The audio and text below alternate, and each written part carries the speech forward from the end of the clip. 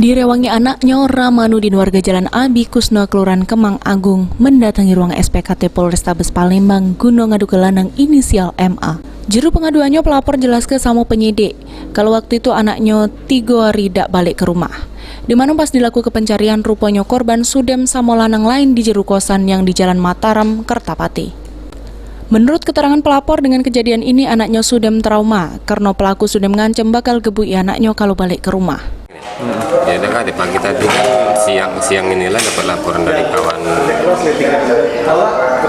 ini H ini kan bahwa H ini ada dengan L ini di satu kos-kosan. Dan ini dipaksa Pak? Belum sempat aku tanya, baru di sinilah ditanya kan.